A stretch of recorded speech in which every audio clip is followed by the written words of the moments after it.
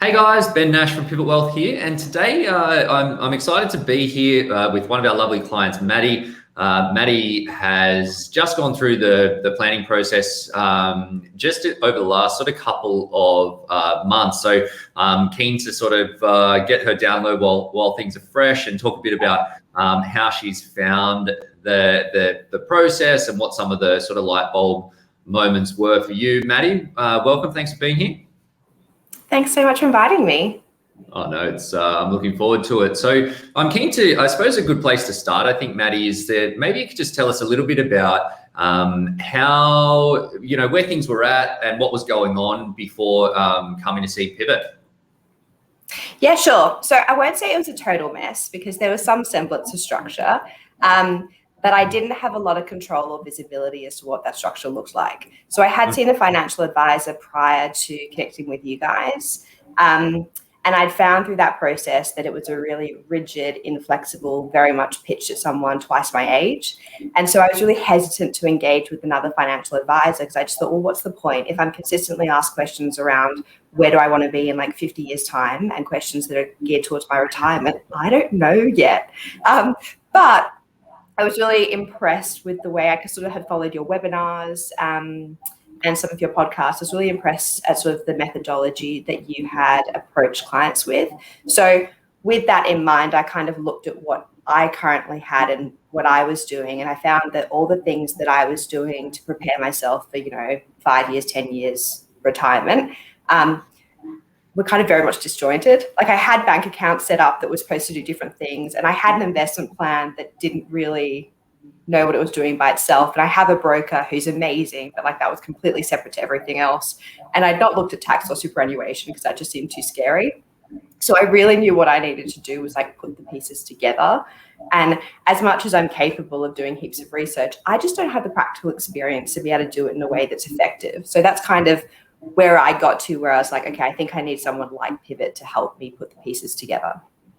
Yeah, I think it's really common that people, when you're doing things, it's like you might maybe build up a bit of cash or and you want to invest it and you think, well, what's the best way to invest this money? And then you might have some savings accounts and you're like, what's the right thing to save? Or maybe it's mortgages, or maybe you're trying to buy a property and you try and buy a good property. But, in absolute terms, these things can be good, but without having everything sort of working together and in the right direction, that like you say, that it's sort of easy, especially as more time goes on, that things can end up really messy. And I know that you're a pretty structured sort of person, although I think everybody could benefit from knowing that they're on top of stuff. But it's that getting everything together and knowing that it's not like it messy and all over the place is generally something that gives you a lot of peace of mind, on top of obviously the financial benefits of doing that. What though were the biggest sort of challenges or frustrations for you at that time, Maddie? As in prior to engaging with you guys? Yeah. I think it was just the things I was sweeping under the carpet were getting to the point where I was tripping over them. Like the too hard basket was too full. And I was conscious that, my plans at the time, maybe 2 years ago, the plan was to move overseas, do a couple of years there, which meant that I didn't really need to think about super or tax. Like maybe I don't come back to Australia. Maybe I do want to be very liquid. Obviously the pandemic hit and I realized that I'm going to be a lot more non-liquid for a long time. So I needed to have a better approach. And so it was really the understanding, like I do probably want to buy property and I do probably want to create like a 5-year investment because I'm working right now. That should be going towards something, not just let's have some cash to travel. So that was kind of what pushed me to deal with the basket that I had been stockpiling for a long time. And what made it kind of easy to make the decision, well, okay, if this is going to be an investment into my future, then I kind of need to invest in not just the advice, but the process itself. Yes, and I think that like you, for a lot of people, that it's you reach a point and come to the realization that the biggest risk ends up becoming doing nothing, and because that means that it's costing you money, and the opportunity cost of not being more on top of things, what do you feel is the biggest barrier well, what did you find for you like was the biggest barrier to taking that action? I mean, I think there were two parts. Like I touched on before, my previous experience had just been really deflating. And so one of the barriers was like, well, is it even worth going down this path again? Like maybe I can just talk to some of, family, friends and get advice that way, which was the easier path. But I knew it wasn't like the most, like not the best pathway. I guess the other hurdle was honestly just booking in the time, because I am really busy, as much as everyone says, like we are all really busy, and it's really difficult to commit that time to yourself. And if I'm committing that time to myself, I'd much rather be going for drinks with my friends. But it's really valuable time to be putting aside, because it does take a bit of time to go through this process. As I said, it's valuable and it's worthwhile doing. So they were the two things I was sort of battling. Yeah, and I think because there is that time commitment, and I think when you especially haven't gone through a process quite like this one before, that you don't realize that it's, I suppose, I don't want to put words in your mouth, but that it's possible that you put in some work at the front end, but then you set things up in a way so that they're bubbling away and getting results for you.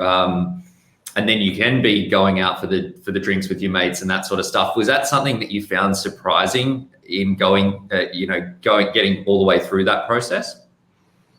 I think no, because I'm in that line of work. Like I always teach the value of like the upfront investment plays out in the end, just in a different way. I think what I found surprising was maybe the amount of time I had to invest, but how valuable that time was. So how much I was learning also from like the first meeting I had with you guys, which I was not expecting. I was kind of expecting to have to give a lot of information and not get much back until midway through the process. Yeah, that's interesting that you say that, because as you mentioned, you did have a few like different things going on. Like you'd already had some experience with investing, and there were a few other things that you'd given this your attention before. What were those key sort of learnings that you were able to sort of pick up straight away? It was more around the integration of how you can't look at the things in silos. So how doing something in a certain way would be, not that you guys give tax advice, but had the benefit of allowing for tax efficiencies in another area. So like, without going into specifics yet, again, it's more just about the integration of how things work. And also sort of the philosophy of we're not working towards retirement, we're working towards financial freedom, which I found really empowering and liberating, because maybe I do want to retire from my traditional 9 to 5 at 40. That doesn't mean that I want to stop working. Like I love what I do. It just might mean that I want to start investing in my own thing, which means I need to have a passive income to keep me afloat. So it was that kind of concept of, well, how do we get to what's going to make you happy in the way that you want to live your life, versus the traditional advice I'd been given, which is how do you end up at 65 with the biggest pot of money possible? Yes, which is quite empowering. Yeah, and it's you mentioned before, like when you previously went to seek advice, that they're talking about, where do you want to be in 50 years? And I've actually there's a lot of behavioral psychology stuff that sits behind how everyone thinks about their money, but it's actually been proven that people really struggle to identify with themselves in the future, and that's why I would say as a society as a whole, we're probably less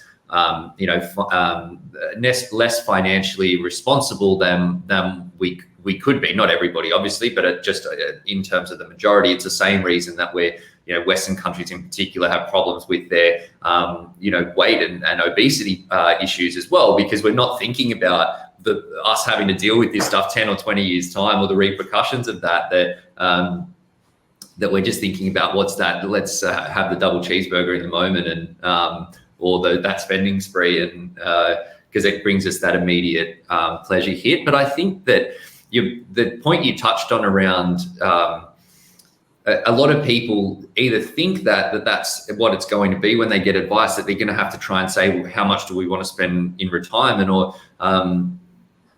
when do we want to retire? But a lot of, like almost everybody that we work with, that they don't necessarily want to do nothing. You want to be a useful and productive member of society, but it's more about having the freedom to pursue your interests, or maybe work for a charity, or maybe start a little business that you can doing the work that you really enjoy doing most. Do you think, was it a practical shift that allowed you to see the difference there, or was it more of a mindset approach with you talking about, like, I know that we do model out and say, well, this is how much you're spending now. If we wanted to be able to continue to spend that in the future, what was the driver of I suppose, your shift in mindset around that?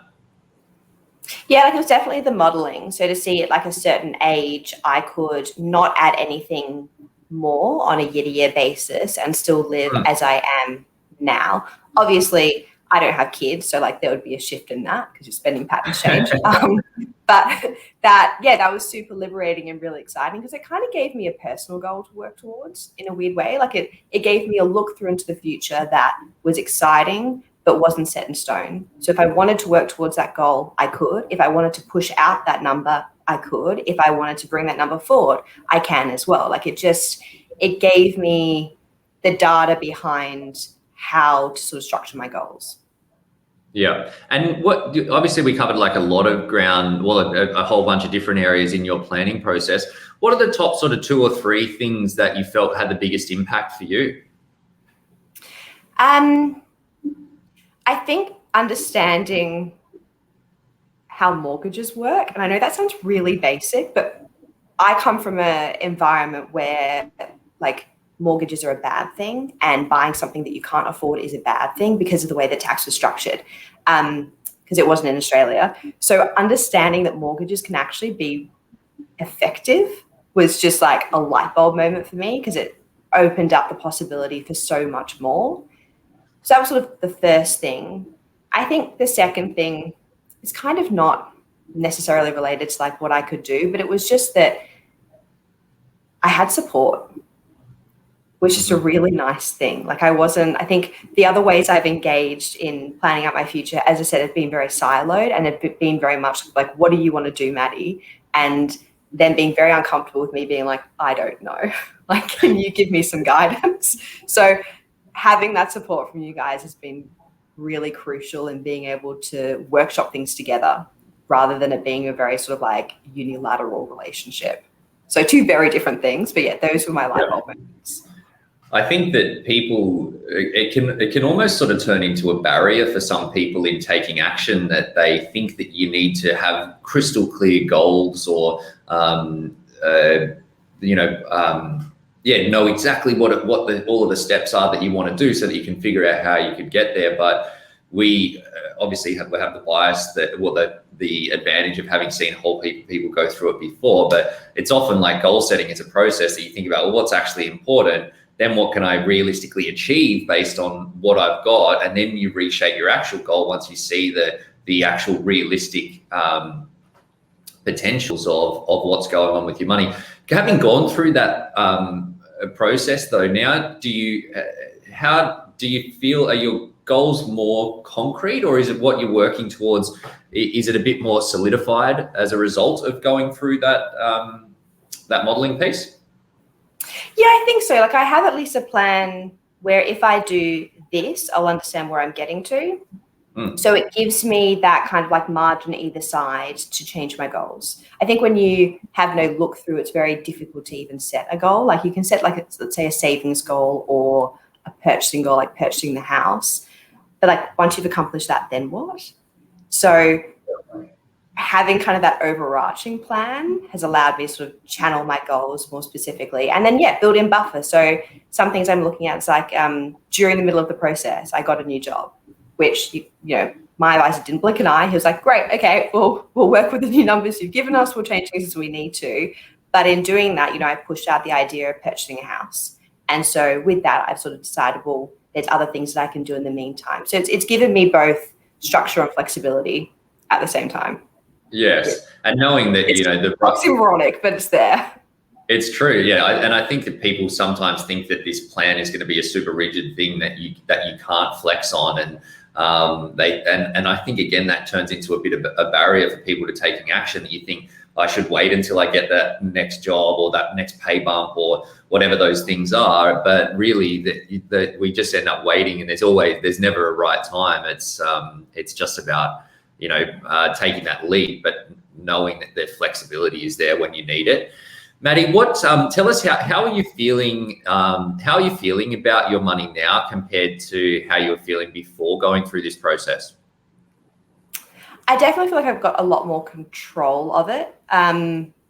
So it's not in the too hard basket anymore. It's in the like being dealt with basket. Like I'm not sort of like totally on top of it and totally understand what, 5 years from now is going to look like, but I definitely understand the pathways to get there, which is really, as I said, like empowering. I think the other thing I feel like I'm glad I've done something now rather than wait. As you said, like sometimes it can be a barrier to waiting, but what I've learned through this process is the earlier that you are aware of the things that can be beneficial to you, the longer you get the benefit of them, which sounds like easy when you say it out loud. Like, of course you do, but even things just to have like effective tax planning, I'm going to now get the benefit of the structure that we've put together 5 years earlier than I probably would have thought to do that specific thing, which I've done for me. So yeah, the control thing and sort of like a little bit of, I'm at ease a little bit more has been great. Yeah, it's the best. The most money that you make from any investment is always at the last 5 years that you have it, right? And I think hindsight is a wonderful thing, but it is really easy, like you said. A couple of the points that you touched on, that we're busy, that it's confusing, and it just ends up in the too hard basket, like you said. And again, sometimes without that push, you are just missing the opportunity to get on top of things before. Maddie, though, like a lot of people, when they go through this process or go through the financial advice process like this one, they don't really know what to expect. What sort of surprised you most about the process? Mostly that there was a structure to the process. I guess maybe the difference is that I had been through the process in a way prior, so I kind of understood like what the outcome was going to be. But the process I'd experienced was like, give a whole bunch of information, a whole bunch of like models come back.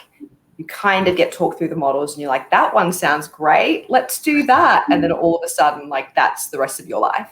So what surprised me was like, there was like a clear process that was very structured. There's phasing as throughout, and it's very much about like at every stage explaining what we're doing and why, and allowing the person I was working with to get a lot more insight as to what I meant. Because I think in any role, in any relationship, what I am telling you is using my words versus what you're hearing is using your industry expertise. So we're probably not meeting at the right point in the first interaction, but through like the second or third interaction, that's when you really start to understand what I'm meaning and I get the outcome that I'm expecting.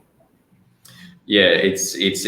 It's like I've got a couple of different business coaches that I've worked with for a long time, and it's for me that it's the benefit in when I know that there's an opportunity to or an issue or a problem, that I can go to them and they understand the background, they understand how I think about things, so they can explain the stuff in the way, or sort of cut to the chase, and not say, serving up a bunch of options that some of which may not be relevant. But yeah, you've got to take the time to build that relationship to, I suppose get that level of benefit from it. But I'm interested because you mentioned, having gone through a process before with planning around more so like someone, you give information, they go do a bunch of work and say, here's what you should do.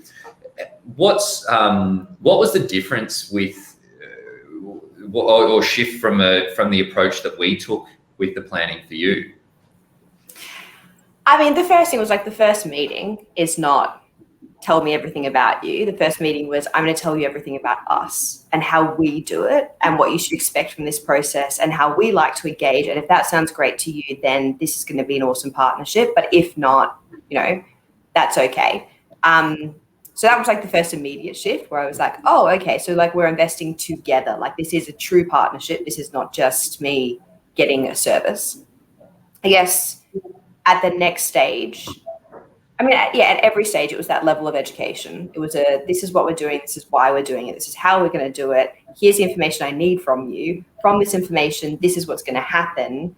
Is there any clarification that you need? So meetings where like, and Marcus is amazing, but meetings where I'd be like, Marcus, can we get this done in 20 minutes? Because I've only got 20 minutes for you today. So he'd be like, actually, no, we need to like reschedule because I need the full hour because that's what's required for me to get the information I need from you and you to get the learnings from it that you need, which I love a good pushback. Like I love a good, this is the value that I'm going to add to you. Therefore, I'm going to hold true to my value. So that was also like another huge difference in processes that I've been through in the past. I guess sort of towards the final stages, it was also the amount of flexibility. So if I changed jobs midway through, I changed my mind on a couple of things that I wanted to accomplish based on information that I was learning about what I could do. And Marcus was like, no problem, we'll just add more models or we'll change this model. And it was that flexibility to work with me rather than, but this is what you told me before. I'm like, I know I told you that before 3 weeks ago, but my life has changed in 3 weeks. Like, let's roll with it. It's amazing how much can change in that short amount of time. But look, I think that too. I think it's confusing for people that are looking to take up financial advice because everybody does things a little differently. But I know for the outcomes that we want to deliver for our clients that there are outcomes at each step of the process. And if you need to shave 15 minutes off a 2-hour meeting, then that's probably achievable. But like if you can't, you need to the quality of the inputs in, you're going to dictate the quality of the inputs out. And if you really like trying to, we're financial planners, but we're co-creating the plan with you, which means we need your input, your understanding. We need you to be empowered and actually doing the decision making, the key decision making, of course with support, but that ultimately it's not just about blind trust or blind faith in the process. Tell us what do you think has been the impact, because you've seen both sides of that coin. What's been the impact on how you feel about the strategies or decisions that you've made as a result of the process from going through it this way compared to how you'd seen it in the past?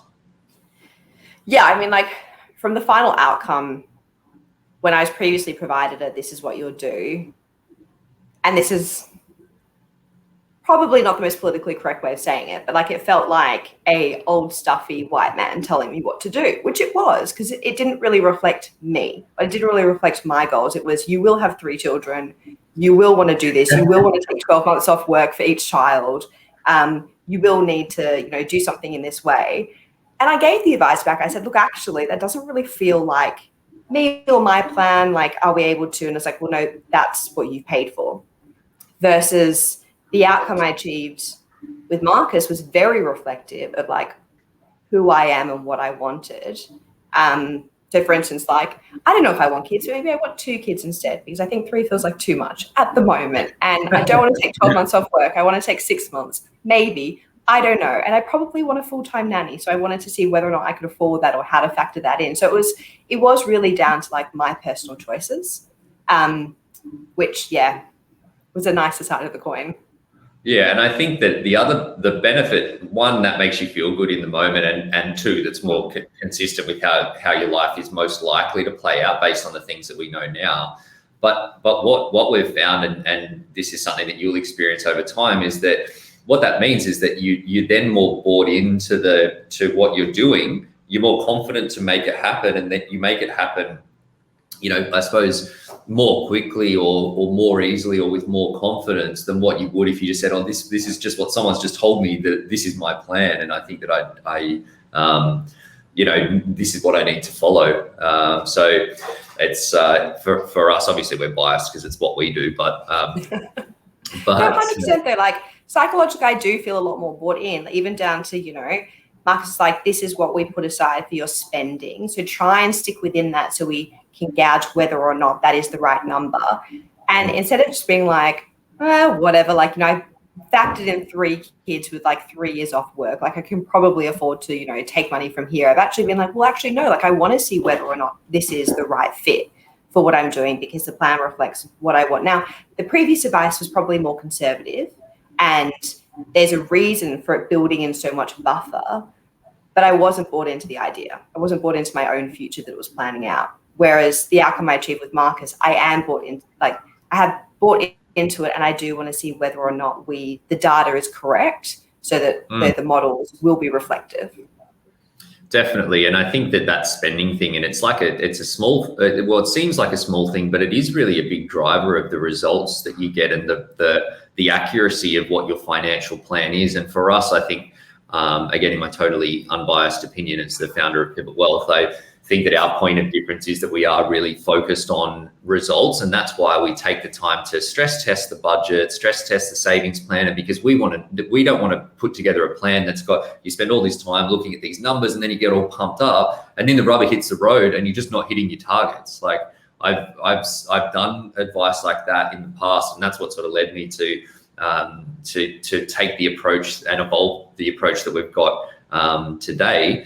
Because for you, like for a lot of people that we work with, you don't really have to restrict yourself massively. You don't have to, you could, like you say, spend more on travel, spend more on day to day, and you're probably still going to end up in a pretty good situation. But I can guarantee you, if you hit your numbers for 6 months in a row or 12 months in a row, and it comes time to make a big decision like buying a family home or that investment property, or taking that 12 months out of the workforce for mat leave, or 6 months, sorry, if that's depending on what you want to do, that that you can do it because that your numbers are rock solid. And if the numbers need to change, which that sometimes happens as well, that's okay. But let's just know that the numbers need to change, and then you choose the number that you're happy with, and then just stick to the number that you've chosen. Because if you don't, then it's hard to have that confidence or peace of mind in what sort of things how the future is going to play out. And I think that's a big part of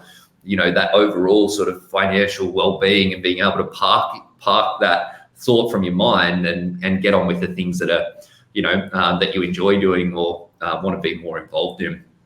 Maddie, if you didn't use a financial advisor, what do you think, what would be different now? I mean, the first thing I said in the first meeting with you is really the goal for me is understanding what discretionary spending I have. I have a handle over I think most of my friends have a handle over how to save and the way in which they would like to invest, which suits their lifestyle right now, and how to go about buying a house, and, how to manage a super fund once again. Or they know an accountant, so they can handle that. Again, the integration's not there. But it was really just I had no idea what my discretionary spending should be. And living in Sydney, that can wildly change if I decide to move 2 suburbs closer to the city, or decide that I want to, go out for a dinner at one of the nicer places rather than not. We're talking about hundreds of dollars per week in change. So that was my key goal. I think had I not gone through this process, I still wouldn't really know what that is. And I think depending on my mood, I would have been wildly conservative or wildly unrealistic. And it might have leveled out, but we don't know. I think, so yeah, that would probably be the number one thing. Yeah, it's those spending sprees can have a bit of a difference, or you just sort of one thing happens and then it's a mate's party and then, or birthday or something. And then before you know it, the money just evaporates, and it probably doesn't always quite balance out with, being conservative, during the week. So it's good that foresight is, we still, and as that we still provide for unexpected stuff or things, that there's a buffer there for you if you do need to spend more. But it's about being conscious with your choices, so that the results that you're working towards.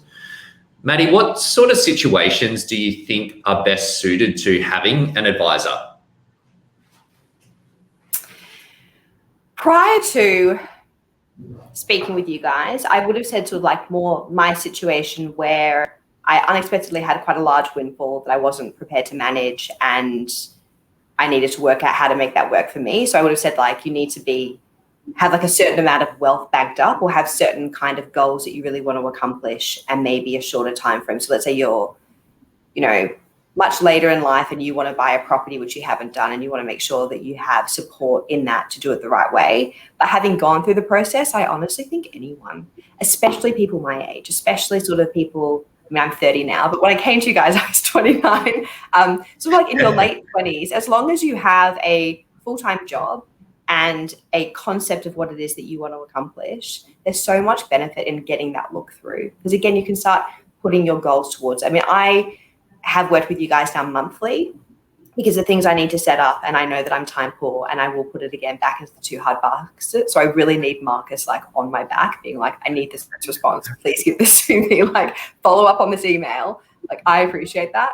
But I think just like that initial stage of scoping and working out what your plan looks like, is really like, I've asked my partner to do it because I think he would really benefit from it.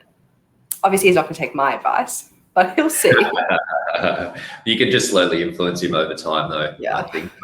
I think it's true that there's this misconception that you need to have a huge pile of cash to get financial advice, but a lot of times the advice is what helps you to get the cash. And if you don't have the right support or the right structure and process from the start, then it just takes longer to get what you want. And really, the more time you have on your side, the even more benefit there is in doing that. So what would you say, Maddie, for anyone that was thinking about getting some help with their money? What would be your sort of tips for them?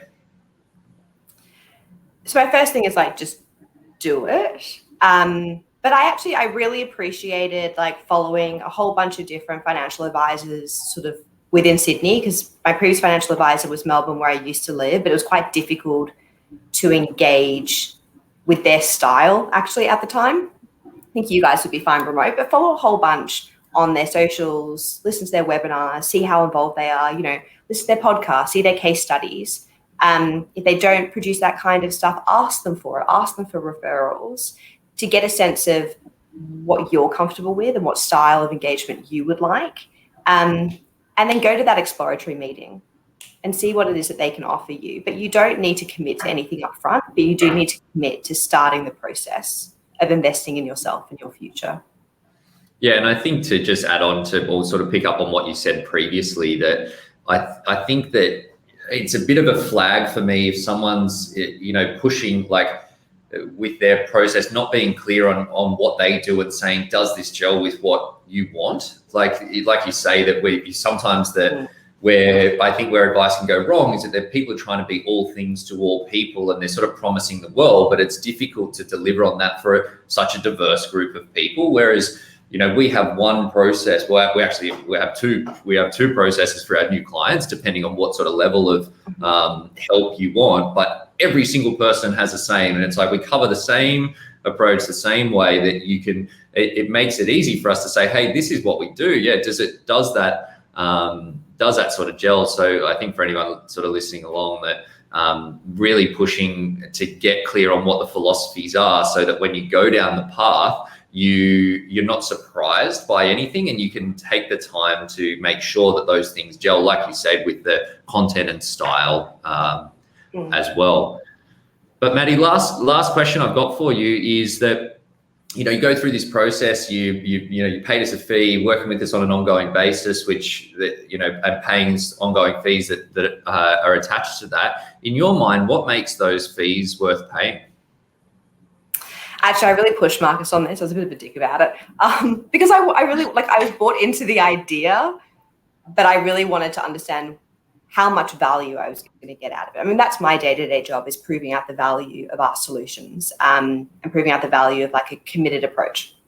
So I went in with like an 80% certainty that I was going to move with the monthly fees, but a 20% wanting Marcus to like really come to the table and be like, this is why.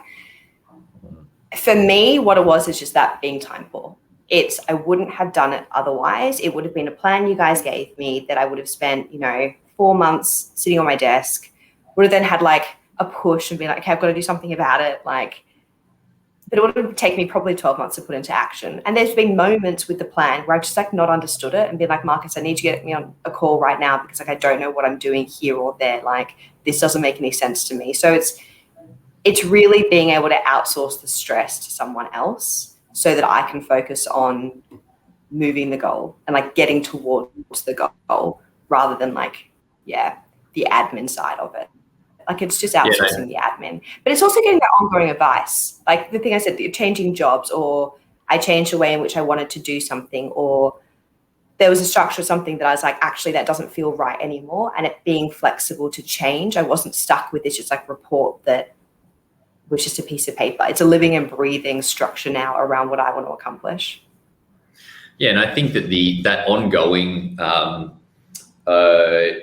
continuity of the plan on an ongoing basis is not to be underestimated as well, because it's great to have a great plan, but we know that life doesn't follow this nice straight line in a spreadsheet. That without those ongoing sort of nudges and the push when we need it, when life sort of does get in the way, to say, hold on, actually, no, we do need to actually give this some attention now so that you can stay on the front foot. Otherwise, you just end up, like you say, that things end up in that sprawl again, and then they're in the too hard basket, and you've got to go through the whole process again to bring yourself back on top of things. So you see the decisions initially in the plan and the money that you make as a result of those decisions, but then you've got this ongoing piece where we're continuing to make those decisions, and every month or every quarter or every year we're going through the process again and reshaping so that you can continue to pick up on all of those little things and build your